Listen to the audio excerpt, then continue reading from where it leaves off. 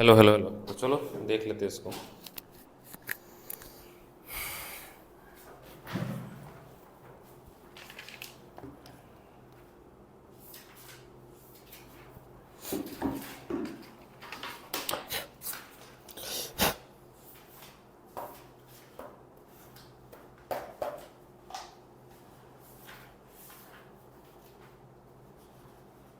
देखो दो चीज़ होती है इसमें, जो आपके लीनियर इक्वेशंस होता है, एक होता है आपका होमोजीनियस और एक होता है नॉन होमोजीनियस, है ना।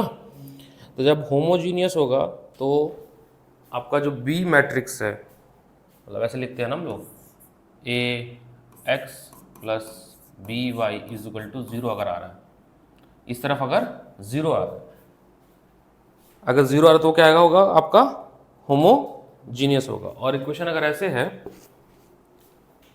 2x plus 3y is equal to 1, तो ये नॉन होमोजीनियस है, नॉन होमोजीनियस, और ये होमोजीनियस इक्वेशन है। ओके, इसके बाद हमें जो पढ़ना है वो नॉन होमोजीनियस सॉल्यूशन का, एक तो non homogeneous system of solution के आपको सॉल्यूशंस निकालने, मतलब x की वैल्यू निकालनी, x y और z। ओके, तो हमारा टॉपिक है मैट्रिक्स मेथड। ये एनसीईआरटी में अच्छे से नहीं दिया हुआ है ये वाला topic, as compare to R D Sharma में अच्छे से दिया है, एल्गोरिथम वगैरह। For the solution of a non homogeneous system.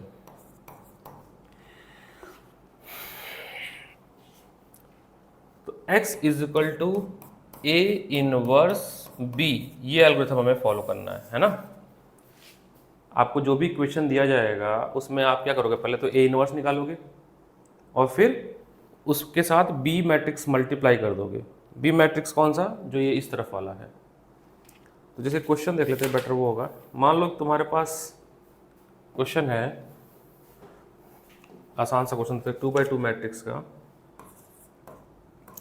5x minus 7y is equal to 2, 7x minus 5y is equal to 3। तो इसमें मैट्रिक्स ए क्या बनेगा, मैट्रिक्स ए की एंट्री होगी आपकी 5 7 माइनस 7 माइनस 5, ठीक, यही होगा ना। और बी की एंट्री होगी आपकी जो इक्वल के बगल वाली होती है 2 3, और x की एंट्री होगी आपकी x और y, यही होगी ना। सबसे पहले तो हमें ये चेक करना होता है कि जो आपका मैट्रिक्स ए है वो ज़ीरो ना हो। फर्स्ट स्टेप चेक, अगर ज़ीरो हुआ तो सोल्यूशन एग्जिस्ट नहीं करेगा, तो उसके लिए फिर हम अलग एल्गोरिथम चेक करेंगे, है ना। अगर ज़ीरो हुआ तो सोल्यूशन क्या हो जाएगा, इनकंसिस्टेंट हो जाएगा।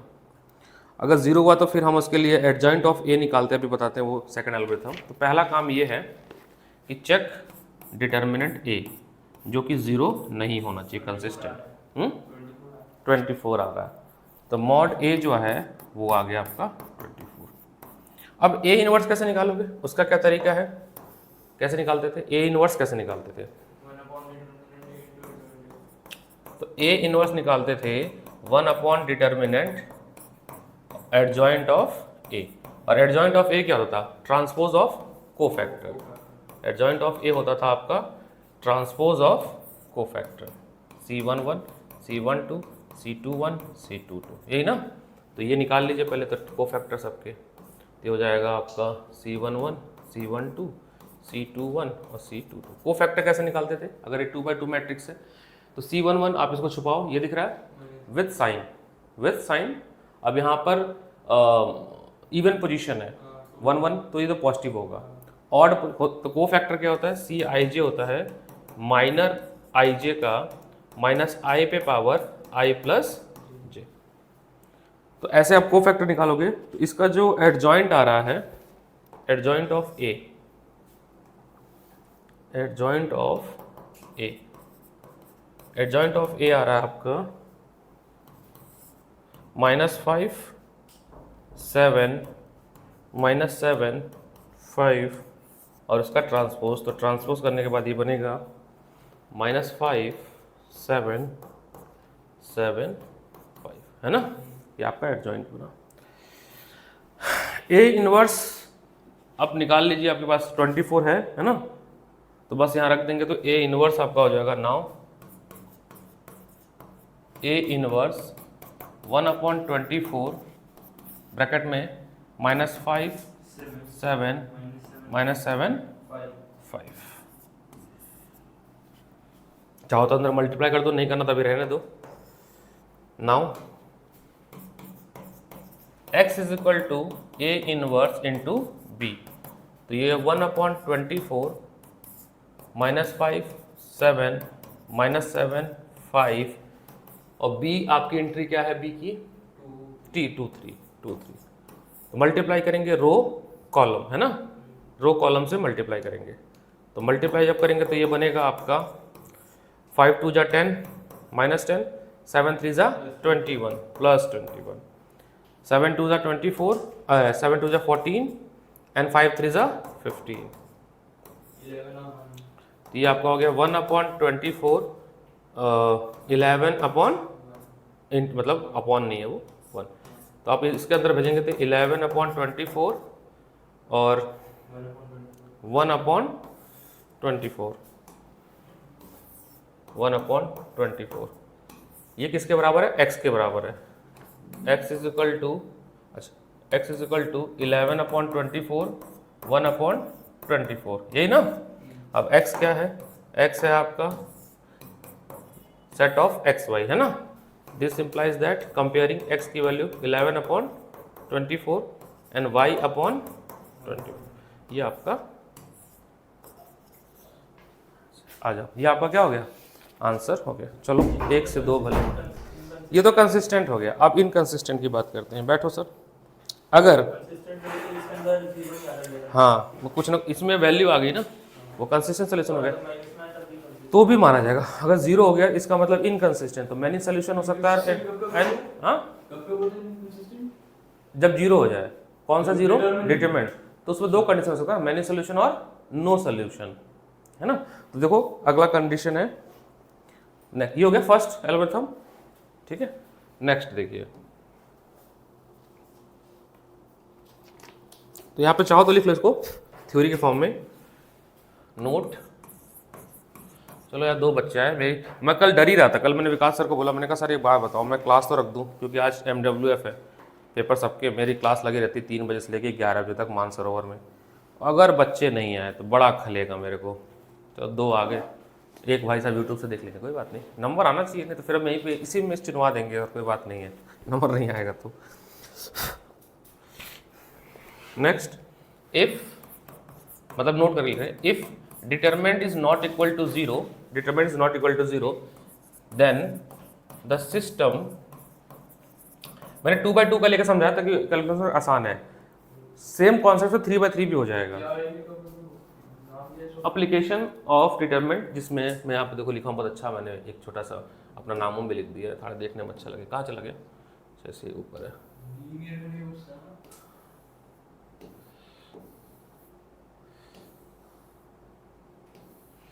देखो ना लिखा पूरा बढ़िया से, टेंशन नहीं।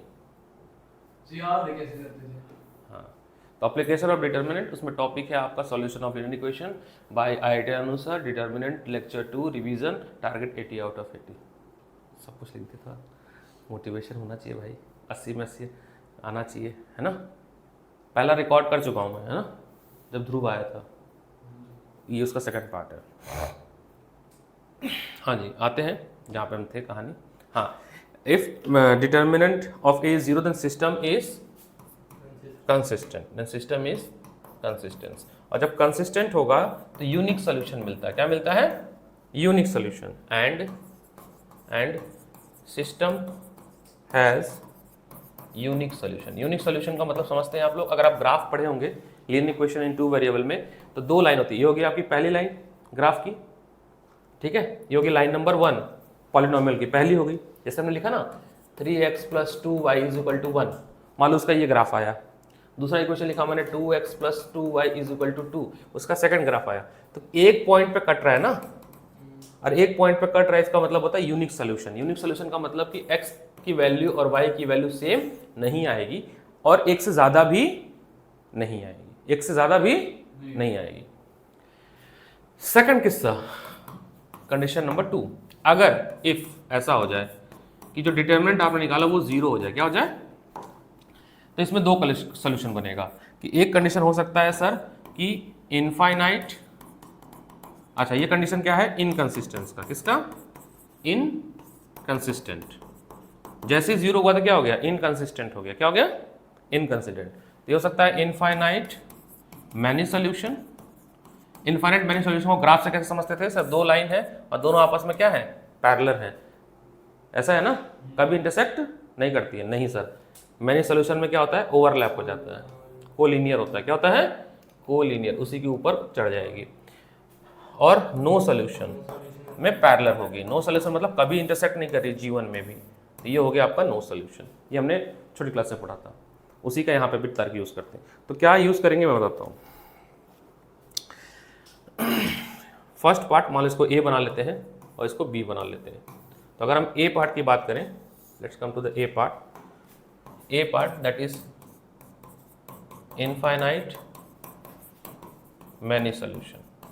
इनफाइनाइट मैनी सोल्यूशन में क्या करेंगे कि हम एडजॉइंट ऑफ ए तो निकाल ही रहे थे, एडजॉइंट ऑफ ए निकाल रहे थे, उसमें हम अपने बी मैट्रिक्स से मल्टीप्लाई कर देंगे, समझिएगा, उसमें हम बी मैट्रिक्स से मल्टीप्लाई कर देंगे और अगर वो 0 आ जाता है, नल मैट्रिक्स आ जाता है, क्या जाता है, नल मैट्रिक्स आ जाता है, तो हम कहते हैं कि system is has infinite many solution, infinite many solution, infinite many solution. B part, अगर नो सोल्यूशन, नो सोल्यूशन में अगर आपका adjoint of A into determinant of B का मल्टीप्लिकेशन नल मैट्रिक्स ना आए, नल मैट्रिक्स ना आए, तो हम कहेंगे system is has no solution, system is has no solution, system has no solution, system has no solution.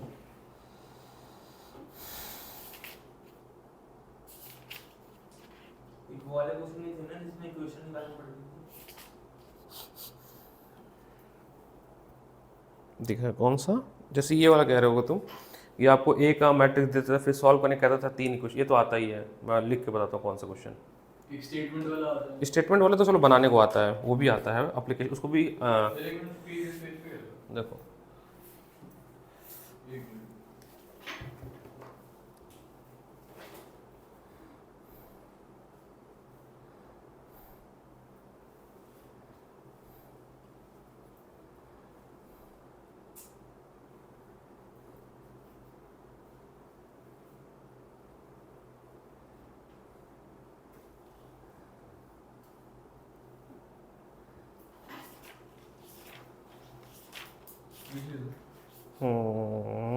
ठीक, जैसे इस टाइप के क्वेश्चन आते हैं 5 मार्कर में या लेंथी क्वेश्चन आएगा तो ऐसे आएगा कि क्वेश्चन है कि फाइंड ए इनवर्स और आपको ए दे दिया गया है, दैट इज 1 2 -3 2 3 2 3 -3 4, ठीक, ये आपको ए मैट्रिक्स दिया गया है और इक्वेशन दिया गया है आपको x + 2y - 3z = -4, 2x + 3y + 2z = 2, 3x - 3y - 4z = 11, ठीक है। 2019 क्वेश्चन है, आपको क्या निकालना है, ए इनवर्स निकालना है, तो क्या करेंगे इसमें बताओ।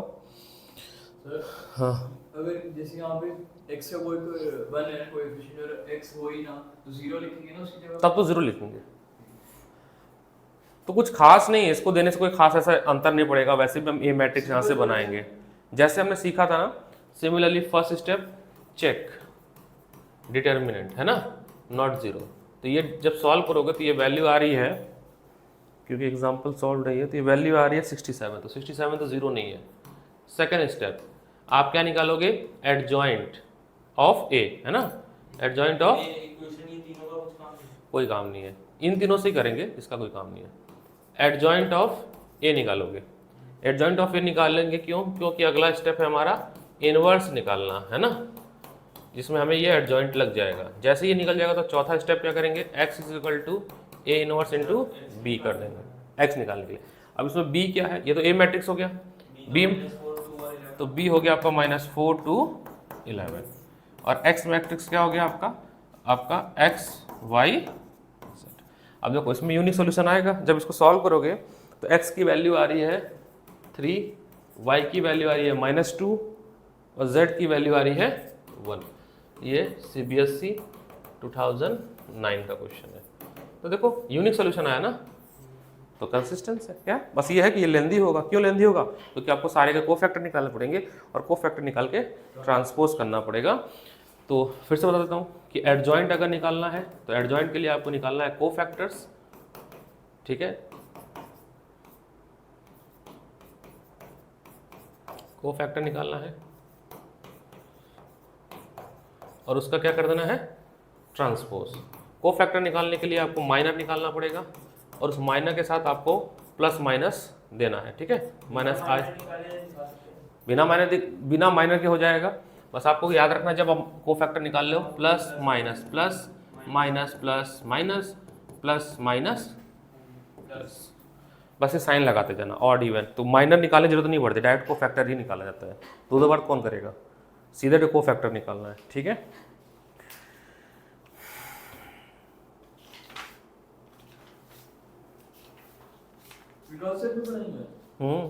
ये फायदा को टू टीचर का होगा नहीं आज, फायदा आज मिला मौका ना फायदा होने का। मैंने पढ़ाना 2 घंटे 1.5 घंटे, ठीक है, फिर 3 बजे से लेकर 5 बजे उनने पढ़ाना है।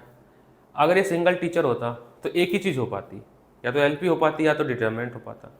तो ड्रॉबैक अगर 2 टीचर का है तो हाँ वो अलग बात है ड्रॉबैक अगर 2 टीचर का है तो बेनिफिट ये है कि अब इस महीने अगस्त में सर ने काफ़ी टॉपिक्स पढ़ाए, मैं नहीं पढ़ा रहा था, तो ये फ़ायदेमंद भी चीज़ें हैं। अब अगर हमारे पास सोल्यूशन अगर होमोजीनियस इक्वेशन मिले, एक ऐसा इक्वेशन है नॉन होमोजीनियस है, तो क्या करेंगे, नेक्स्ट टॉपिक, नेक्स्ट कॉन्सेप्ट। ये ना आर डी शर्मा में बहुत अच्छा दिया है ये वाला टॉपिक, एनसीईआरटी में बहुत बेकार ही दे दिया है ये वाला टॉपिक, इसलिए आर डी शर्मा से पढ़ाता हूँ ये वाला टॉपिक। सॉल्यूशन, क्योंकि हमको पढ़ाने में भी आसान रहता है, सॉल्यूशन ऑफ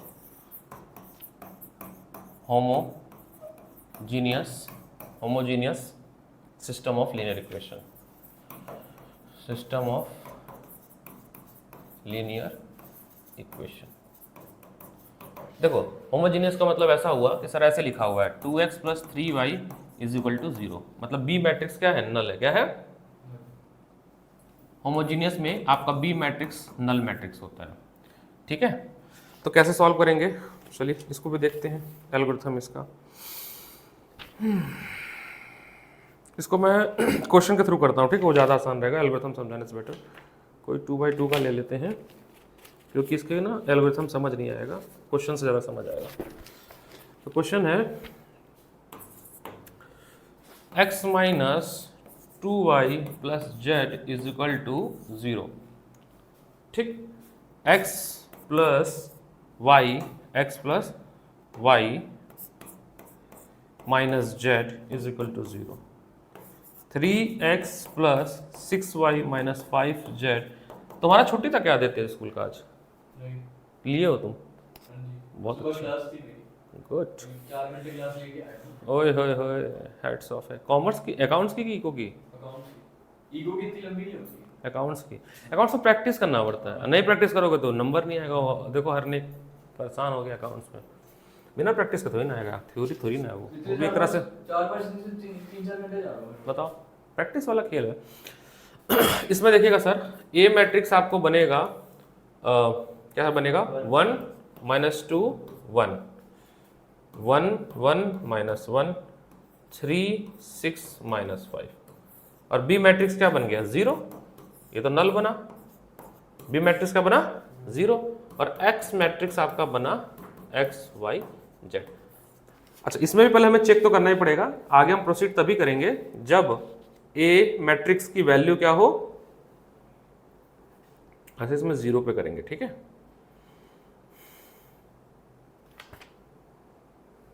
देखो सर एक चीज बात समझ लेना मेरी, एक एल्गोरिथम समझना मेरी। अगर आपने एल्गोरिथम देखिएगा, चेक, पहला स्टेप, मैट्रिक्स ए को चेक करिएगा। अगर ये 0 आ जाता है, नॉट 0 आता है, क्या आता है, नॉट 0 आता है, उस केस में सर आप लिखेंगे then x is equal to Y, Y is equal to Z, Z is equal to 0। Simple. अगर नॉट 0 आया तो थोड़ा समझना, उसमें 0 पे प्रोसीड कर रहे थे, इस पे 0 पे प्रोसीड, नॉट 0 पे, वहां पे नॉट 0 पे प्रोसीड कर रहे थे और यहाँ पर 0 पे प्रोसीड करेंगे। नॉन होमोजीनियस में 0, क्योंकि उसमें क्या होता था, 1/mod a होता था, तो अगर 0 हो गया तो क्या हो गया, मतलब नॉट एग्जिस्ट हो गया। इस वाले में समस्या यह है कि अभी बताता हूँ, ये कंडीशन नहीं होनी चाहिए। कौन सा होना चाहिए कंडीशन, सेकंड, 0 होना चाहिए, ये 0 होना चाहिए। इसमें तो -2 हाँ -2 आ रहा है, एक सेकंड, हमने जो क्वेश्चन दिया है आपने, नहीं 0 आ रहा है, एक बार मैं देख लूँ सब कुछ। 113 -2 1 6 1 -1 5, ये 0 आ रहा है सॉल्व करने पे, ये सॉल्व करने पे 0 आ रहा है। तो देखिए सर प्रोसीड करते हैं हम इसको। तो mod A is equal to, आ रहा है ना, -1 -2 1 1 1 -1 3 6 -5। इसको सॉल्व करेंगे तो ये आ रहा है 1 -5 + 6 + 2 -5 + 3, ये से लिख रहा हूँ कि तुम अपनी एंट्री मिला लेना, है ना, इज इक्वल टू 0। वो तो हम सॉल्व तो कर ही लेंगे प्रोसीड करके। अगर ऐसा आ जाता है, जैसे जैसे आ गया, अब आपको थर्ड स्टेप क्या करना है, थर्ड स्टेप ये हो गया, फर्स्ट ये हो गया आपका सेकंड स्टेप, क्या हो गया। अब थर्ड स्टेप में क्या करेंगे हम, जो जेड वेरिएबल है ना उसको के पुट करेंगे, क्या पुट करेंगे, so put z is equal to K, जो हमारा इक्वेशन है उसमें z is equal to K put करेंगे। तो now our equation become, now our equation become x - 2y - k and x + y is equal to k। जो third equation है उसको नहीं लेंगे, कोई भी दो लेना, ठीक है, एनी टू, थर्ड इक्वेशन था ना, 3 इक्वेशन था ना इसमें, छोटा कर देते हैं अब, ठीक है, हमारे पास 3 इक्वेशन था, है ना, तो कोई दो लेना जिससे तुम्हारा कैलकुलेशन आसान हो। थर्ड वाला भी ले सकते थे बट इसमें ज़्यादा वेरिएबल है, इसको हमने ट्रांसफर के इधर फेंक देना है सब। तो जेड की जगह पर हमें क्या रख देना है, के। तो इस वाले में क्या है, क्योंकि के की वेरिएबल 1 1 है तो हमें सॉल्व करना आसान हो जाएगा, बी हमारा इजी आएगा, है ना। अब ये फिर से एक नया ए बनेगा, ये नॉन जीरो हो गया, एक अब 2/2 का मैट्रिक्स बना लेंगे। तो 3/3 से 2/2 जाएंगे और फिर रिपीटिशन अलाउ, वही मेथड फॉलो करेंगे जो कि नॉन होमोजीनियस में करते थे, जैसे नॉन होमोजीनियस में करते थे। तो अब now again repeat step number 4 सब, हाँ फिर से, अब फिर से जो नया ए बनेगा इसके लिए वो क्या बनेगा, देखना, 1 - 2 1 1। आपको बी मैट्रिक्स पता क्या मिलेगा, बी मैट्रिक्स मिलेगा आपका -k + k, मतलब ये आपका वेरिएबल है ना, एक्स वाई की तरफ। अब ये 2/2 बन गया ना सर। तो जैसे ये 2, मैंने क्या किया था, यहां से स्टेप 4 से solve like non homogeneous equation. अब यहां से इक्वेशन कैसा बन गया, ये नॉन होमोजीनियस। तो जैसे नॉन होमोजीनियस बन जाएगा तो उसमें क्या होता था, mod A not equal to 0 होता था। क्या होता था, कंफ्यूजन देखना यहाँ पे, कंफ्यूजन ये है कि जब ये होमोजीनियस इक्वेशन आएगा, पहला स्टेप समझना, समझ कुछ, उस केस में हम तभी प्रोसीड करेंगे जब डिटरमिनेंट ए 0 होगा। उसके बाद हमने 3/3 मैट्रिक्स को 2/2 मैट्रिक्स बनाया, जेड की वैल्यू के पुट करके, और जैसे ही तुमने 2/2 मैट्रिक्स बनाया, अभी कैसा बन गया, इक्वेशन कैसा बन गया, होमोजीनियस तो था, अब कैसा बन गया। तो जैसे ही ये नॉन होमोजीनियस बना तो सारा एल्गोरिथम कौन सा एक्टिवेट हो जाएगा, नॉन होमोजीनियस वाला। तो नॉन होमोजीनियस वाला एक्टिव हो जाएगा एल्गोरिथम। और नॉन होमोजीनियस वाले में क्या करते थे, हमें ध्यान ये देना होता है, चेक फिर से डिटर्मिनेंट ए, और वो 0 नहीं होना चाहिए, क्योंकि आपको सोल्यूशन चाहिए कि नहीं चाहिए, के की वैल्यू चाहिए ना, तो इक्वेशन कैसा होना चाहिए, कंसिस्टेंट होना चाहिए। कैसा होना चाहिए, वो तो तभी होगा जब डिटरमिनेंट नॉट इक्वल टू, बात समझे नहीं समझे ना। समझ लेकिन एक बात बताओ, हाँ। जैसे तो 3/3 के लिए तो a लिख देते हैं, इसको क्या, इसको अभी भी इसको भी ए लिखेंगे, इसको भी ए लिखेंगे, बस यहाँ से क्या solve like a non homogeneous equation. तो जब हम इसको सॉल्व कर रहे हैं तो मॉड ए की वैल्यू आ रही है 3, क्या आ रही है 3, तो मॉड ए की वैल्यू 3 आ रही है जो कि 0 नहीं है। तो जब 0 नहीं है तो फिर से स्टेप नंबर 5, अब क्या करेंगे सर, फिर से एडजॉइंट ऑफ ए निकालेंगे, एडजॉइंट ऑफ, 3 आ रही है भाई। हाँ 3 आ रही है, देखो ना 1 minus minus plus 1 minus minus 2, तो ये आपकी आ गई 3, ठीक है। एडजॉइंट ऑफ ए निकालेंगे, फिर उसके बाद निकालेंगे ए इनवर्स, जैसे हम सॉल्व करते थे, ठीक है। तो इसका जो एडजॉइंट आ रहा है मैं यहाँ पे लिख देता हूँ, मैं एडजॉइंट जो इसका आ रहा है आप मिला लीजिएगा। एडजॉइंट ऑफ ए आ रहा है आपका 1 2 माइनस 1 1, हाँ 1 2 माइनस 1 1 ये आ रहा है, ठीक है। अब now A inverse is equal to 1 upon mod A adjoint of A, तो ए आपका कितना था 3 ना, हाँ तो ब्रैकेट में आ जाए तो अंदर ही भेज दो अभी थोड़ी देर के लिए, या नहीं भेजोगे तो भी कोई दिक्कत नहीं है। अब नाउ अब क्या चाहिए सर, सोल्यूशन चाहिए ना, तो x is equal to A inverse into B, A inverse है आपका 1 अपॉन 3 1 माइनस 1 2 1, और b है आपका k इंटू माइनस के, यही है ना, यही है। तो मल्टीप्लाई करेंगे अगर हम तो 1/3 row column multiply row column, कल भूल गया था बच्चा वो के हर ने 1 इंटू के 2 बोलो है ना, माइनस के माइनस के, तो 1 3 आपका आ जाएगा माइनस के इधर, और इधर नीचे माइनस 2 के। अब एक बार और स्टेप कर लेते हैं हम लोग, तो x is equal to minus k by 3 minus 2 k by 3, और k और x है क्या, k और माइनस k है ना, कंपेयर कर लेंगे। तो जब हम कंपेयर करेंगे किसी एक को कर लेना, ठीक है, कोई दिक्कत नहीं है, इसको कर लो कंपेयर या इसको, इसमें अलग अलग आ रहा है, 2 नहीं आना चाहिए ना, हाँ 2 आ रहा है लिखा हुआ है, ये अब एज अ बिहेव करेगा x की तरह, एज अ बिहेव करेगा, अभी थोड़ी देर में बताता हूँ कैसे, पहले x निकाल लेते हैं। अरे कोई दिक्कत नहीं, इसमें क्या है ना, ये जो आप बनाए हो ना पेयर, ये जो आपने x बनाया है ना, देखो थोड़ी सी हल्की सी मेरे से मिस्टेक हुई है, ये क्या है x और y है, क्या है ये x है ना, मिस्टेक नहीं हुई ठीक हुई है, वो जो x लिखा है मैंने, x क्या होता है, ये किसका सेट होता है, x का, x किसका सेट होता है, x और y का होता है ना। तो जब हम कंपेयर करेंगे तो k की x की वैल्यू आएगी, ये थोड़ा माइनस एक बार देख लेना, कुछ साइन हमारा मिसमैच हो रहा है साइन का, तो ये आ रहा है k/3 केवल आ रहा है, वहाँ पर माइनस आ रहा है ना, वहाँ माइनस नहीं है, और y की वैल्यू आ रही है 2k/3, यहाँ पर माइनस का कुछ तो गड़बड़ हो गया है, एंट्री एक बार मिलाते हैं, 1 माइनस 1 2 माइनस 1 माइनस, ओहो ये माइनस है, क्या है, और ये प्लस है, तो जब मल्टीप्लाई करोगे तो सभी प्लस हो जाएगा, ये भी प्लस हो जा रहा है, ये भी प्लस हो जा रहा है, थोड़ा सा गड़बड़ हुआ है। तो और जेड को क्या माना था आपने स्टार्टिंग में, के माना था ना, तो देखो आपके पास ये तीनों सोल्यूशन आ गया एक के वेरिएबल के फॉर्म में। के कोई भी रियल नंबर हो सकता है, के कोई भी रियल नंबर हो सकता है, के पे छोड़ देंगे। देखो ज़्यादा क्वेश्चन ना तुमको नॉन होमोजीनियस पे ही आएगा, मैक्सिमम क्वेश्चन जो आपको मिलेगा, मैं सलाह क्वेश्चन भी मार्क कर सकता हूँ ये वाली बुक से, कंसिस्टेंस और इनकंसिस्टेंस में। अच्छा अगर ऐसा क्वेश्चन आ गया तो बड़ा प्यारा क्वेश्चन मिला मेरे को एक और सॉल्व 2011 का,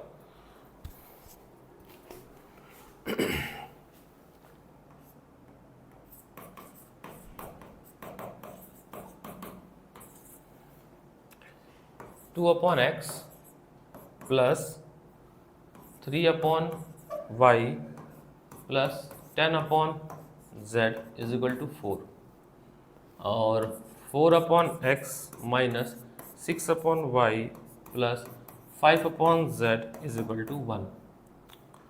6/x plus 9/y minus 20/z। तो 10th में भी एक चैप्टर होता था ना ऐसे कुछ, तो हम लोग क्या करते थे 1/x को u मान लेते थे, v मान लेते थे, तो जो भी मर्जी हो तो हम कहेंगे let 1/x is equal to u, 1/y is equal to v and 1/z is equal to w। तो हमारा सारा इक्वेशन ट्रांसफर होकर बन जाएगा 2u plus 3v plus 10w is equal to 4, 4u minus 6v plus 5w is equal to 4, 6u plus 9v minus 20w is equal to 2। अब same proceed, तो इसको try कर लो फिर मेरे को बताना आंसर। ये जब भी आएगा ना तो ये 4-5 मार्क में ही आएगा, छोटे में आने वाला नहीं है। ये सॉल्व करो इसको, फिर आंसर एक ही मिला लेंगे। इस मार्क का कितना क्वेश्चन आएगा? यार मेरे पास ना वो नहीं है, मार्क डिस्ट्रीब्यूशन नहीं है, ऐसे याद नहीं आएगा, मेरे को देखना पड़ेगा नेट से। ऐसे होता है ना कि सेक्शन ई वाला जो है 5 मार्कर होता है, तो 12th में तो 70 का होता है। अरे वो फिजिक्स, अब मैथ्स का भी 80 का होता है। तो एक बार ना देख लेते लगे हाथ, ऐसे रिकॉल नहीं हो रहा है ना वो नया जो डिस्ट्रीब्यूशन आया है।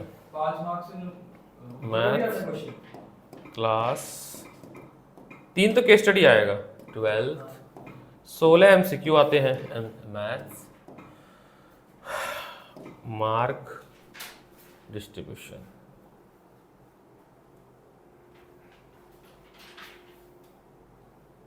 दो 2024 इन्होंने तो चैप्टर वाइज नहीं चाहिए मेरे को, पेपर वाइज चाहिए। यहाँ दिया हुआ है देखो। हाँ, तो टोटल 5 सेक्शन होंगे, 18 MCQ होगा, 2 एसेसन रीजनिंग हो गया, तो 20 नंबर हो गया। 2 नंबर के 5 क्वेश्चन होंगे, 2 नंबर के 5 क्वेश्चन होंगे, 3 नंबर के 6 क्वेश्चन होंगे, 18 मार्क्स। 5 नंबर के 4 क्वेश्चन होंगे, 20 मार्क्स, और 3 क्वेश्चन होंगे केस स्टडी 4-4 नंबर के, 12 नंबर। बताता हूं मैं, समझ गया ना डिस्ट्रीब्यूशन? हाँ चलो, डिटर्मिनेंट ए आया है, मैं आपको मिलाते चलता हूं। डिटर्मिनेंट ए आया है 1200। हाँ, तो डिटर्मिनेंट ए की वैल्यू आएगी 1200। आगे सॉल्व करो।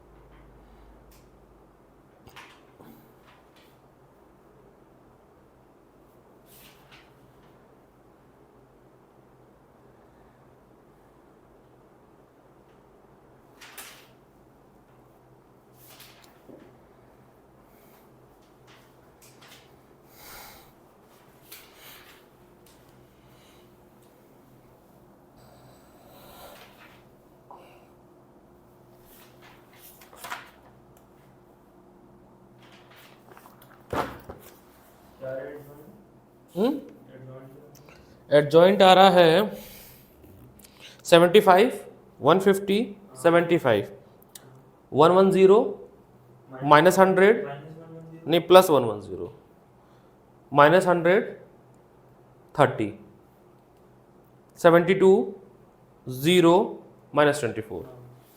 So adjoint of A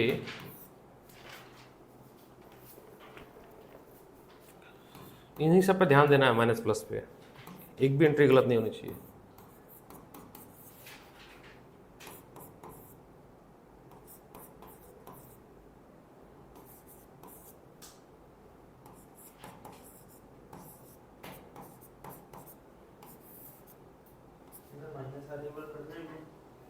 मैं कोफैक्टर मिलाओगे, कौन सा माइनस आया पहले बताओ, उसी को हम चेक कर लेंगे। वो 150 वाला ये है ना, ठीक है, तो 150 150, तो 150 में 150 की जो एंट्री है वो है A21 है ना, A21 है इसकी एंट्री, और A21 की एंट्री में -1 में पावर आ जाएगा 3, ठीक है।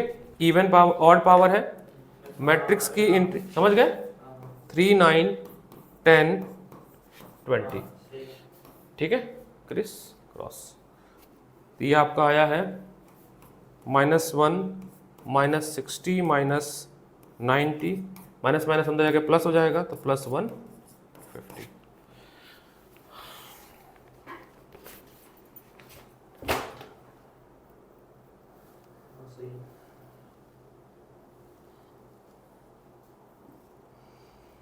वो इन्वर्स निकालना है, अब इन्वर्स निकालना है।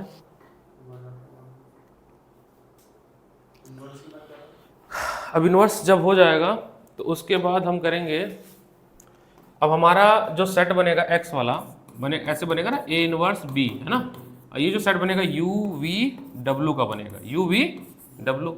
ए इनवर्स आपका 1200 इंटू ये पूरी वैल्यू, और बी कितनी मैट्रिक्स है आपकी, बी वाला एंट्री क्या है एक बार, 412 ना, 412, तो 3 क्रॉस और ये उसका मल्टीप्लिकेशन करना है, 75 150 75 110 -100 30 72 0 -24।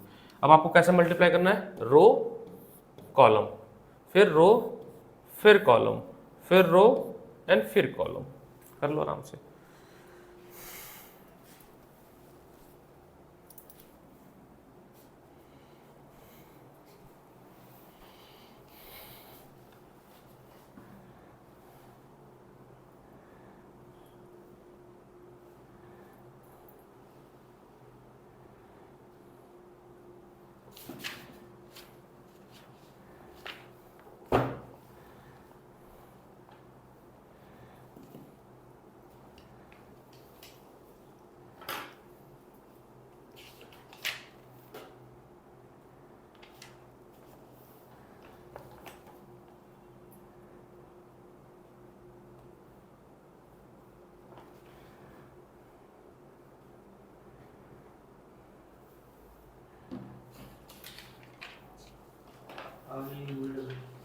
ये डब्ल्यू आ गया ना, तो 1/x था, तो x की वैल्यू 1 रेसिप्रोकल हो जाएगी। इसकी वैल्यू 2 है, y की है 12/5 और z। हाँ यहाँ लिखा भी होगा मैंने आंसर, ये लिखा है, चलो बता देता हूँ। तो x की वैल्यू 2 है ना, आंसर में सॉल्व करने के बाद x की वैल्यू 2 है, y की वैल्यू 3 एंड z की वैल्यू 5। पक्का? कुछ गड़बड़ हुई कहीं पे, कहीं हुई गड़बड़? u है 600/1200, v है 400/1200 और w है 240/1200। मल्टीप्लिकेशन गड़बड़ हुआ है, देख लो एक बार और देख लेते हैं यहाँ से, ये वाली एंट्री यहाँ से देखना है,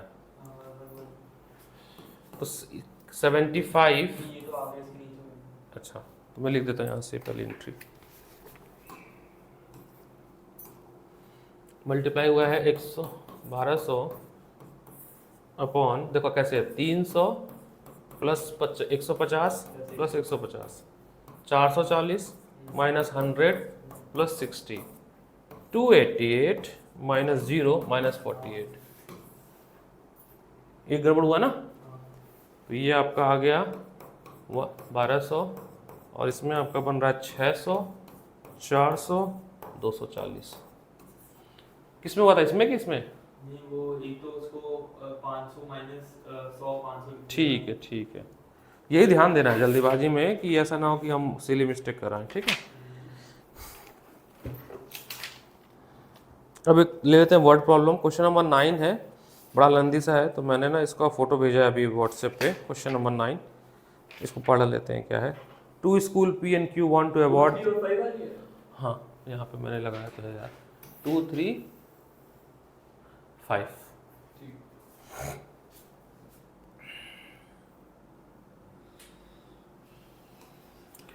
तो एक वर्ड प्रॉब्लम कर लेते हैं, क्वेश्चन नंबर 9 है इस बुक का, ऑल इन वन का मैंने, आपने मार्क कर दी मेरी ID.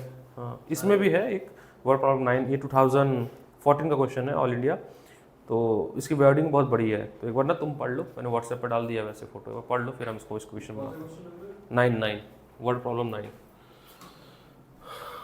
Question number 9 word problem.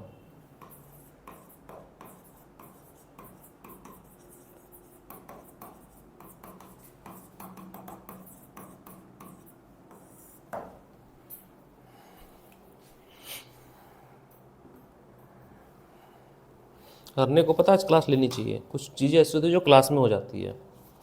आप कितना यूट्यूब देख लो, ठीक है वो तो अलग चीज़ है यूट्यूब वगैरह,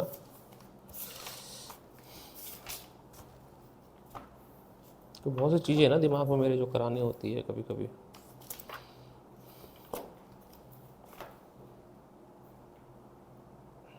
प्रॉपर्टीज़ मैंने लिखवाई थी मैट्रिक्स की, इस पर क्वेश्चन किया था तुमने, फिर से मैं लिखवा देता हूँ अभी। इसकी मैट्रिक्स प्रूफ वाले कौन से थे? प्रूफ वाले देखता हूँ, एक वो वाले होते हैं ना मैट्रिक्स में होते हैं स्क्यू सिमेट्रिक और सिमेट्रिक को वो proof करा करने- देता हूँ, वो भी proof करा, करने वाले। वो भी करा देता हूँ मैं, हाँ, वो बड़ा कंफ्यूज होते हैं सिमेट्रिक और वो आते हैं। अभी करा देता हूँ वो भी। करने को मैट्रिक्स मल्टीप्लिकेशन में प्रॉब्लम थी, मैंने कहा आएगा तो ये करा दूंगा आज की कैसे होता है।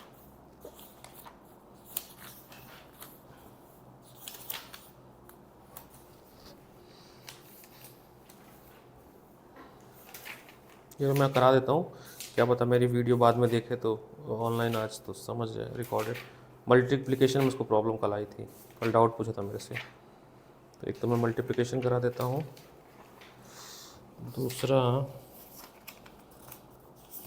सिमेट्रिक स्क्यू सिमेट्रिक, ये रहा skew symmetric and symmetric, 2 topic और था। ऐसे होता है ना इसको पहले 9th वाला कर लेते हैं, हाँ वो भी करा देता हूँ मेरे को भी। हाँ a plus 8 A plus A dash half A minus A transpose, एक मिनट हाँ a plus a ट्रांसपोज को प्रूव करना होता है कि ये सिमेट्रिक है। हम्म। यही करते हैं ना, उसको b लेट करते हैं, फिर b का ट्रांसपोज करते हैं और उसका पूरा ट्रांसपोज करते हैं, तो वो b मैट्रिक्स ही आ जाता है फिर से। हाँ वापस सेम आना चाहिए।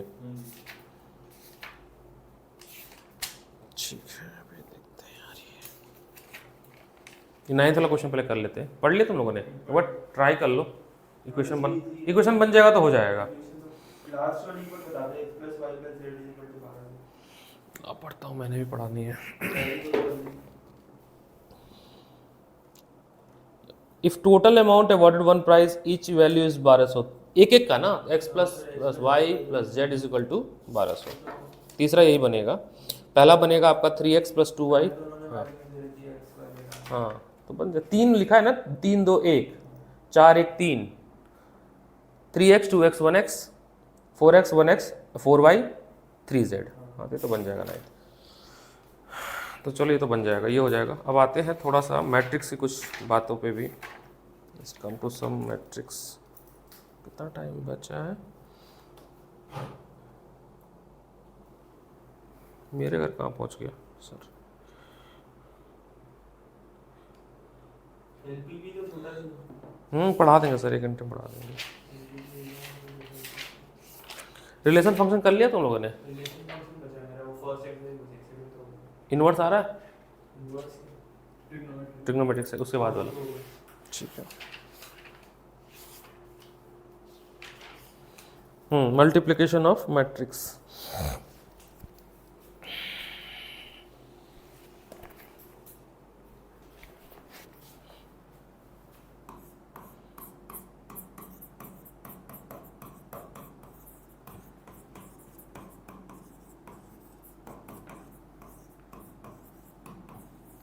तो अगर आपके पास एक मैट्रिक्स है A जिसका ऑर्डर है m क्रॉस n, आपका दूसरा मैट्रिक्स है जो कि है n क्रॉस p, तो ये आपस में मल्टीप्लाई तभी होंगे जब फर्स्ट वाले का कॉलम और दूसरे वाले का रो सेम हो।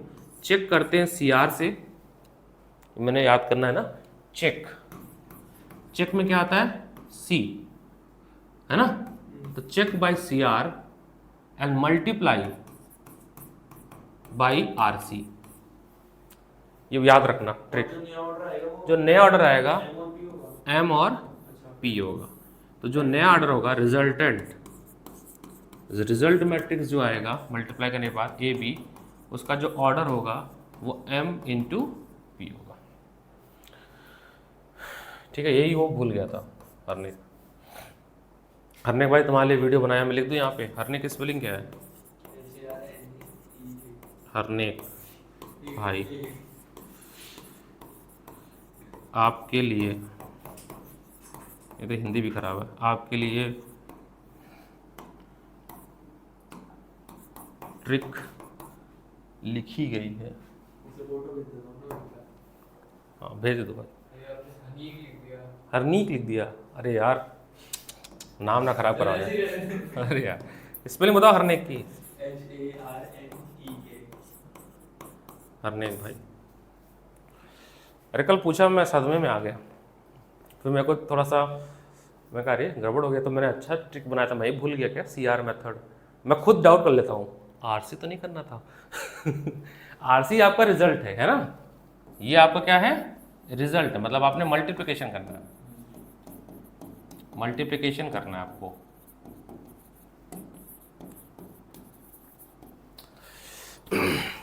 कुछ दो चार इसमें प्रॉपर्टीज लिखी हैं। n बराबर होना चाहिए।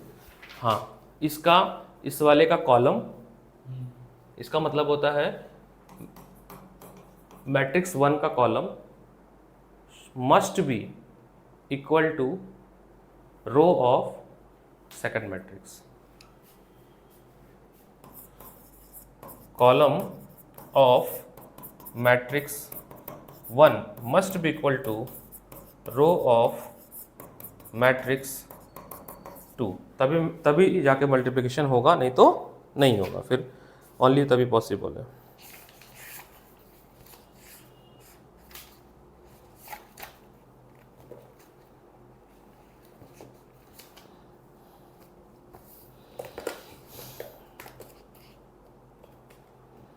मैट्रिक्स मल्टीप्लिकेशन कॉम्पिटिटिव नहीं होता है।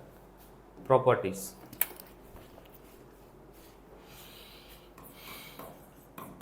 Properties of matrix multiplication.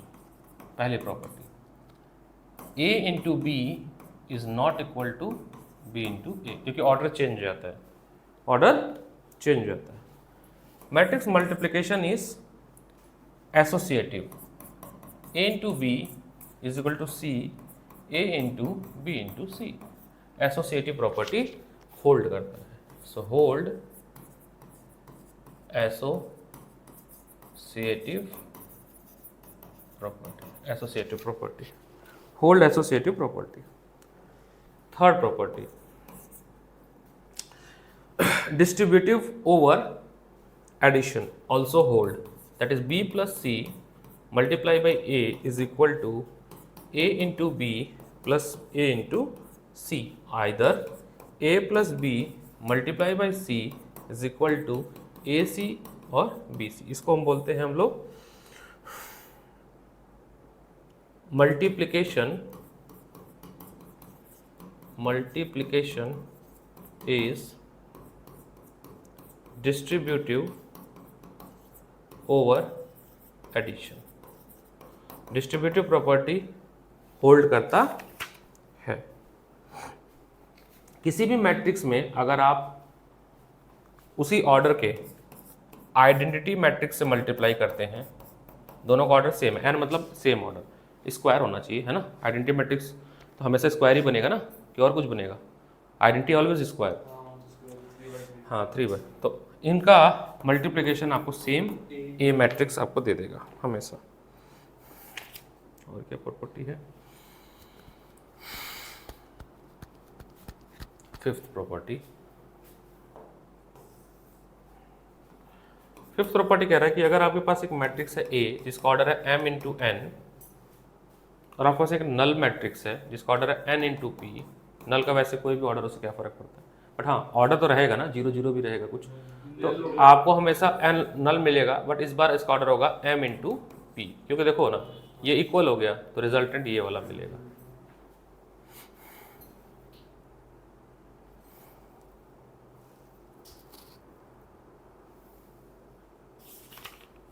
इसका एमसीक्यू आ सकता है। वही वही नेक्स्ट, हाँ MCQ, next property, six property MCQ में आता है एक नंबर में। अगर आपके पास एक मैट्रिक्स है, एक मतलब ऐसे ए दिया हुआ है जो कि n+1 अगर हो रहा है तो ये बराबर होता है an.a where n is order of matrix, और ये स्क्वायर मैट्रिक्स के लिए लगेगा। किसके लगेगा? Only for square matrix, only for square. जैसे 2 क्रॉस 2 है, 3 क्रॉस 3 है, तो n की वैल्यू 2 हो जाएगी। सो इन 2 क्रॉस 2 n की वैल्यू हो जाएगी 2। सर आज सारी प्रॉपर्टीज लिखवा देना। लिखवाया तो था मैंने लास्ट क्लास, अभी फिर लिखवा देता हूँ प्रॉपर्टी। यूनिवर्सिटी में से लिखवा देना थोड़ा सा। मैं लिखवा दूंगा प्रॉपर्टी, वैसे लिखवाया था मैंने, बट वो जैसे भी जिस दिन प्रॉपर्टी मिल रही है मेरे को वो मैं लिखवा देता हूँ, ऐसा इशू नहीं है। छोटे छोटे प्रॉपर्टीज़ हैं।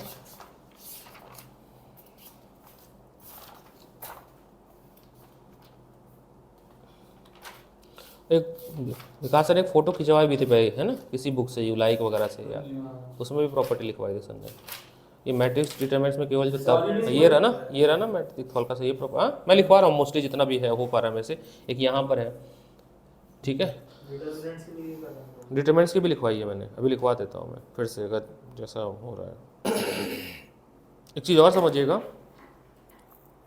कोई भी स्क्वायर मैट्रिक्स अगर आपके पास है, सारे प्रॉपर्टीज लिख लो, याद रखिएगा, याद रखना। 7 प्रॉपर्टी,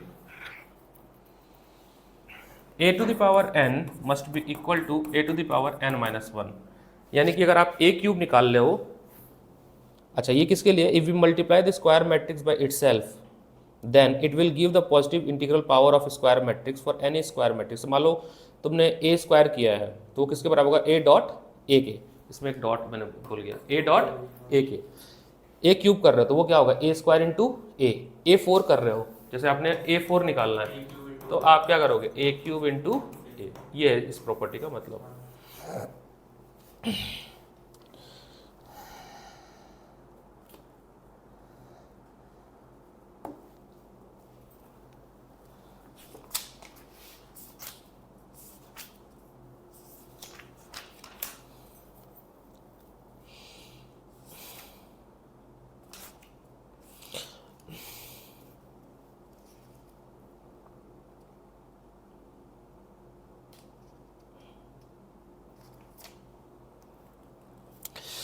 एक जो प्रूफ आता है पेपर एनसीईआरटी में है, वो प्रिंसिपल ऑफ मैथमेटिकल इंडक्शन, एक क्वेश्चन था आपके एनसीईआरटी में, या आप पता नहीं कहाँ देखोगे, कुछ इस टाइप के होते हैं क्वेश्चन, कि क्वेश्चन आपको दिया है कि एक मैट्रिक्स ए दिया है 3 1 -4 -1, ठीक है, देन प्रूफ कि A N is valid for, वैसे ये वाला एक बार टॉपिक विकास सर को मैं फोटो खींच के भेजता हूँ, वो ज़्यादा अच्छे से इंडक्शन वाला समझा देते हैं। वो पिछली बार भी इंडक्शन वाला प्रूफ विकास सर नहीं समझाया था किसी बच्चे को, है ना, तो मैं वैसे फोटो खींच के भेज रहा हूँ मैथमेटिकल इंडक्शन की, उनके पास टाइम होगा तो बता देंगे।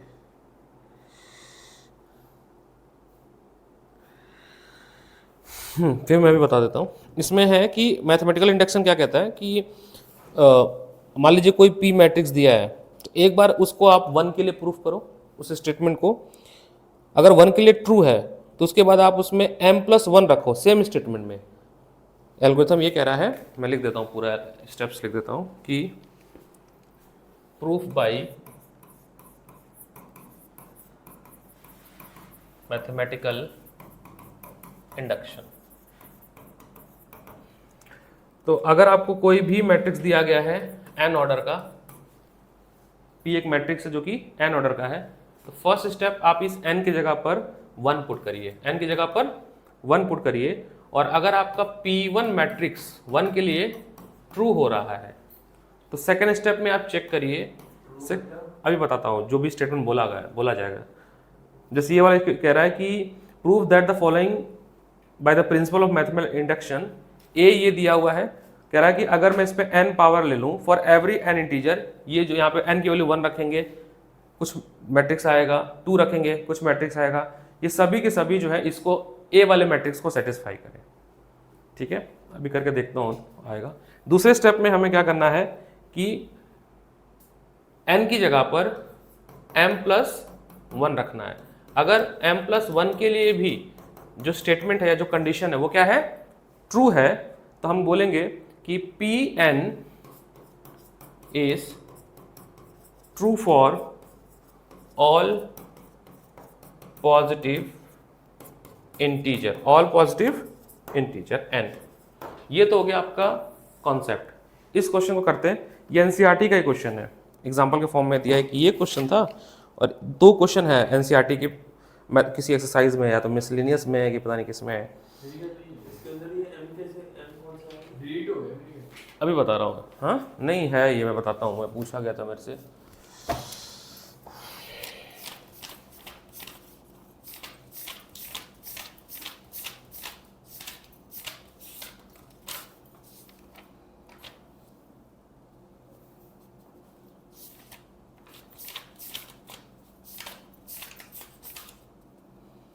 एक आईडिया पीडीएफ में सर्च कर ले तो वर्ड को। नहीं ये आ जाएगा यहीं पे। प्रूफ वाले कोर्स में तो नहीं है?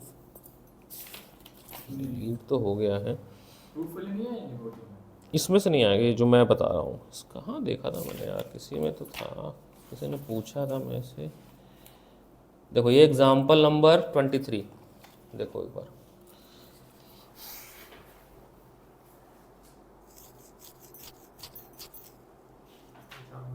है ना। तो चलो मैं इस वाले क्वेश्चन को पहले, इजी वाला क्वेश्चन सबसे 2x2 वाला समझा देता हूँ मैं, फिर ये 23 एग्जाम्पल नंबर भी समझ लेंगे। तो क्वेश्चन क्या है मैं बताता हूँ फिर से, एनसीईआरटी का ही क्वेश्चन है।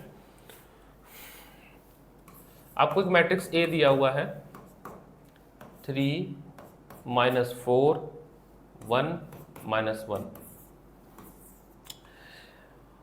और आपको बताना है देन प्रूव दैट, क्वेश्चन मैं पढ़ देता हूँ, prove that the following by principle of mathematical induction, if a is then a to the power n is 1 plus 2n minus 4n n 1 minus 2n for every positive integer, यानी n की कोई भी positive integer रखोगे तो ये statement इसको satisfy कर रही है कि नहीं कर रही है। तो सबसे पहले हम क्या करते हैं, पहले 1 पे रखते हैं, तो for n is equal to 1, तो a1 आपकी वैल्यू आएगी 3 -4 1 -1, ठीक है। तो 1 पे तो कर रही है ना। अब नेक्स्ट में एक स्टेप और कर लेना, am रख लेना, m+1 से पहले am रख लेना, तो इक्वेशन क्या बन जाएगा ये, हाँ वेरिएबल, ये हो जाएगा 2m -4m m 1 - 2m, replace n by m। उसके बाद नाउ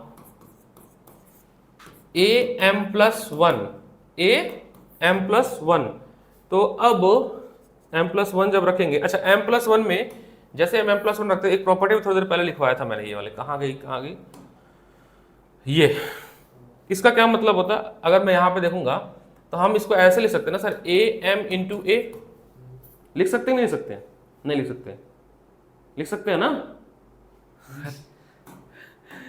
ये है ना property a to the power n+1 where n is the order of matrix is equal to a n dot a, एक ये प्रॉपर्टी, इसी प्रॉपर्टी का use कर रहे हैं हम यहाँ पर, क्योंकि m+1 के लिए चेक कर रहे हैं हम, क्या कर रहे हैं, तो हम लिख सकते हैं। अच्छा a m मैट्रिक्स आपने थोड़ी देर ऊपर पहले बनाया आपको, 1 + 2m -4m m 1 - 2m, और a क्या है तुम्हारे पास, a है आपका 3 -4 1 -1। इसको थोड़ा सॉल्व करना, जब आप इसको सॉल्व करोगे तो आपको मिलेगा, after simplification you will get 1 + 2m + 1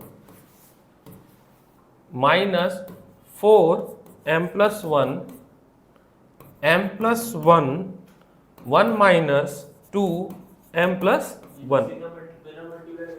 हाँ लिखिए प्रॉपर्टी यूज कर दिखाने के लिए, तो हमें आगे क्या बताया गया, this so that the result is true for m+1 also where it is true for n is equal to m, क्योंकि हमारे पास इक्वेशन देखो किस तरह से है, 1 + 2n, ये भी कुछ वैसा ही दिख रहा है, n की जगह पर क्या हो गया केवल। तो by principle of mathematical induction conclusion line लिखेंगे, this equation is valid for any positive, ये पेट डायलॉग है, और जितना भी दिया जाएगा लगभग लगभग सभी वैलिड ही होगा, 99.99 डिटॉल जैसा। इसके आगे क्या है? बस लाइन लिख देंगे, this show that result is true for m+1, hence by the principle of mathematical induction the result is valid for any positive integer n।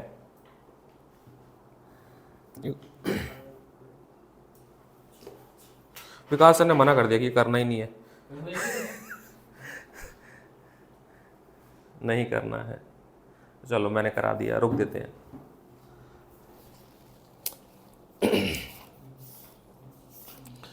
Determinants वाला प्रॉपर्टी भी लिख देता हूँ यहाँ से। वैसे लास्ट वाला जो रिकॉर्डिंग देखोगे तो उसमें है, मैंने डाला है। स्टेटमेंट ये था, चला गया मैंने क्वेश्चन ही घुमा दिया। हाँ, bye the principle of mathematical induction the result is valid for any positive integer. इसमें 3-4 क्वेश्चन एक ही जैसे हैं, बट नहीं करना तो valid for any positive integer.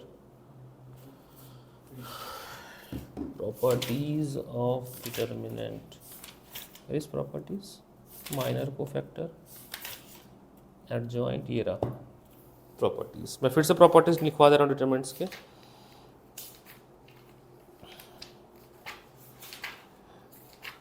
जो प्रॉपर्टीज डील कर ही रहे हैं तो सारे प्रॉपर्टीज एक बार लिख दो।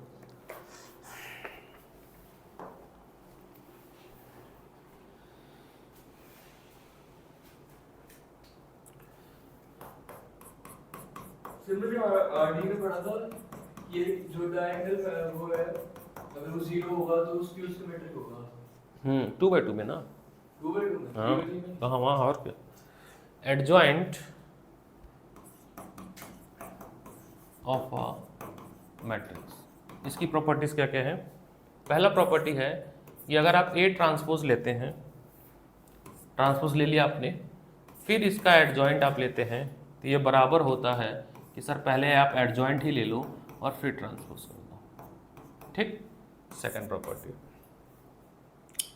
अगर आपके पास कोई मैट्रिक्स A है, उसमें कोई आपने K स्केलर मल्टीप्लिकेशन कर दिया, ठीक है, फिर आपने एडजॉइंट लिया, तो ये बराबर होता है, देखिए बहुत ध्यान से देखिएगा, K times n-1 adjoint of A where K is real number और n is order of matrix. n is square के लिए लगेगा, ठीक है, n is order of matrix. अब जैसे मान लो, अभी एग्जांपल ले लो कोई, उससे ज़्यादा बेटर होगा। एक मैट्रिक्स ले लो A 2 3 1 2, ठीक है। अब इसमें ना K की वैल्यू रख दो 2 और मल्टीप्लाई कर दो K टाइम्स A, तो ये अब कितना हो जाएगा बताना, 4 6 2 4। अब एक काम करो, लेफ्ट हैंड साइड वाला निकालो, उसके बाद राइट हैंड साइड में क्या करोगे, अब कितना ऑर्डर का है, 2 क्रॉस 2 का है, तो K कितना माना था आपने 2, उस पर 2 - 1 कर दोगे, इनटू एडजॉइंट ऑफ A निकाल चुके होगे, ये LHS RHS करोगे तो एडजॉइंट ऑफ A हो जाएगा 2 पे पावर 1, है ना, यानी कि 2 पे पावर 1 मतलब 2, सेम आएगा, सेम आएगा। प्रॉपर्टी नंबर 3, अगर आपके पास दो मैट्रिक्स है A इंटू B, आपने उसको मल्टीप्लाई कर दिया और फिर उसका एडजॉइंट लिया, क्या लिया, तो सर याद रखिएगा ये बराबर होता है adjoint of B, order change हो जाता है, इनटू एडजॉइंट ऑफ A। कभी कभी ना MCQ में सीधे प्रॉपर्टी लिख देता है, कहता विच इज, हाँ, कि विच इज करेक्ट और विच इज नॉट। 4 प्रॉपर्टी लिखा गया, विच इज करेक्ट प्रॉपर्टी या इनकरेक्ट प्रॉपर्टी, तो MCQ के लिए भी याद रखना है। तीसरी चीज, फोर्थ प्रॉपर्टी, ये बड़ा इंपॉर्टेंट, आपने एडजॉइंट ऑफ A लिया, ये तो क्वेश्चन में भी था, फिर आपने डिटरमिनेंट ले लिया, क्या ले लिया, आपने एडजॉइंट ऑफ A लिया फिर डिटरमिनेंट ले लिया, ये बराबर होता है कि आप पहले डिटरमिनेंट ले लो, ना ना ना, जितने भी ऑर्डर का था 2/2 3/3, उसमें से एक पावर माइनस कर दो। ये क्वेश्चन मेरे से किसी ने पूछा, हाँ ये रहा ऑल इंडिया 2014, इसमें क्वेश्चन आया था इसी प्रॉपर्टी, फोर्थ प्रॉपर्टी में क्वेश्चन आया था कि आपको एक मैट्रिक्स A दिया था, तुम ही तो पूछे हो शायद, कोई तो पूछा था, 5 7 2 3, हाँ, और कह रहा find adjoint of A, find of adjoint of matrix. एक तरीका है कि फिर सारा सॉल्व करो, कोफैक्टर वगैरह निकालो। अब ये ना आपको हेल्प कर देगा, कोफैक्टर नहीं निकालना है। कोफैक्टर अच्छा इन ऑर्डर है ना इसमें? हाँ, एन ऑर्डर, ये ऑर्डर कितना 2/2 का है। तो आप क्या कर लो, डिटरमिनेंट निकाल लो पहले। हाँ मैं ऊपर पावर में ना, बाकी इसको मल्टीप्लाई करो, 5 या 15, 7 दूनी 14, -14, 1 आ गया। अब पावर भी 1 ही है लकली, तो आंसर हो गया 1। तो ये एमसीक्यू में आ गया 1। अब तुम एडजॉइंट निकालते, को फैक्टर निकालते, ट्रांसपोज निकालते, फिर जाके मैट्रिक्स निकालते, वो तो लेंदी हो जाता है। 3/3 में भी हो जाएगा, 3/3। हाँ ये तो जैसा भी हो, मतलब प्रॉपर्टी बता रहा हूँ। तो इस पे तो सीबीएसई ने पूछ रखा है क्वेश्चन 2014 में, तो इंपॉर्टेंट हो गया ये वाली प्रॉपर्टी। ठीक है, उसके बाद time is running out bro. MW बहुत बिजी होता, और मैं किसी की भी छुट्टी भी कर दूं तो वो भी खतरा है मेरे लिए, क्योंकि सबका ही पेपर है। अब ये तो शुक्र है कि सर 2 टीचर सिस्टम में हमारे पास ना ऑप्शंस हैं, विकास सर भी अवेलेबल है। अब देखिएगा सर, मैंने ना एडजॉइंट ऑफ ए ले लिया, समझना मेरी बात तो, और फिर से एडजॉइंट लिया इसी का ही। भाई एडजॉइंट ऑफ ए लोगे, कोई एक मैट्रिक्स देगा, मैट्रिक्स बी एक्स दे दिया, उसका फिर से तुमने एडजॉइंट लिया, नहीं ए सेम ए नहीं मिलेगा, नहीं मिलेगा। फिर आपने डिटरमिनेंट लिया, क्या लिया? तो इतना लंबा ना करो भाई, चुपचाप क्या करो, जो ए मैट्रिक्स दिया है उसका डिटरमिनेंट निकाल लो। ठीक है, बहुत ध्यान से समझना, ऊपर का ये मिटा दो, तो कंफ्यूजन हो जाएगा। डिटरमिनेंट निकाल लेना और n-1 करना, जैसे पहले किया था हमने, और लेकिन इस बार ना स्क्वायर कर देना। ये 2 बार हुआ है ना, 3 बार होगा तो, 4 बार होगा तो, वैसे 2 से ऊपर नहीं आएगा। जितनी बार जॉइंट होते हैं 2 ही है वैसे सिलेबस में। अब लिखो प्रॉपर्टी ऑफ इनवर्स मैट्रिक्स। ये भाई फोटो किसके डाल दूं क्या यार? मेरी क्लास है ना, फोटो किसके डाल देता हूँ, मेरा मन तो है ये क्लास है। वैसे विकास से भी पूछ लेना एक बार, लगेगा तो। मैं प्रॉपर्टीज फोटो किसके डाल देता हूँ, क्योंकि इसको ना टाइम मेरा हो रहा है, मेरे को निकलना पड़ेगा। प्रॉपर्टीज ऑफ इनवर्स मैट्रिक्स, ये सब मैंने डिटरमिनेंट वाले लेक्चर में रिकॉर्ड किया है, जो लेक्चर 1 रिकॉर्ड हुआ है ना, उसमें सारा रिकॉर्ड किया है। तो देखो वैसे तो मैं सब हर बार कहता हूँ जब चैप्टर क्लोजिंग करता हूँ, हर बार कहता हूँ कि देखो चीज़ें तो अंत है, ऐसा है कि हम पढ़ते जाएंगे तो कभी नहीं खत्म होगा। हमें क्या है कि हर टॉपिक एक बार टच कर लेना है पेपर के पहले, और ये मान के भी चलना है अपने दिमाग से में कि हमें सब आता भी है। ये भी बात, ओवर कॉन्फिडेंस नहीं, सेल्फ बिलीफ। उसमें ओवर कॉन्फिडेंस सेल्फ बिलीफ में अंतर होता है। तो सेल्फ बिलीफ ये रखना कि मैंने सब पढ़ा है, मैंने इतने क्वेश्चंस प्रैक्टिस किए हैं, पेपर अपने आप अच्छा हो जाएगा। दूसरी बात, जब हम पेपर अटैम्प्ट करें, मैं ना अब यहाँ पे मैथ्स का पेपर तो नहीं है, फिजिक्स का यहाँ पे पेपर पड़ा हुआ है, मैं अभी इसलिए दिखा रहा हूँ ताकि तुम्हें ये समझ कि तुम कैसे मैक्सिमम मार्क ऑब्टेन कर सकते हो। स्टेप्स के मार्किंग होते हैं, आपने जो बातें लिखी हैं उसकी मार्क्स मिलते हैं। केवल डायरेक्ट आप छोड़ छाड़ के तो उसके आप 3 नंबर में से 1 नंबर आप इस चीज़ का खो दोगे कि आपने स्टेप मिसिंग कर दिया।